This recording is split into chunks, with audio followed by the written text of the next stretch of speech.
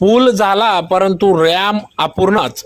वैशाली बडगुजर यांचा 18 जुलैला मनपाला आत्मदहनाचा इशारा. याबाबत वृत्त असे की धुळे शहरातील पारोडा रोड भागातील गजानन स्वामिल जवळ असलेल्या बडगुजर चक्कीवाला चालक वैशाली बडगुजर यांच्या बडगुजर प्लॉट खड्डाजीन येथील घराजवळील नाल्यावर पुलाचे बांधकाम केले, परंतु रॅम केला नसल्याने येथील नागरिकांना त्याचबरोबर विश्वकर्मा स्वामिल चालक वैशाली बडगुजर यांना देखील अवजड वाहने येण्या जाण्यास त्रास होत आहे.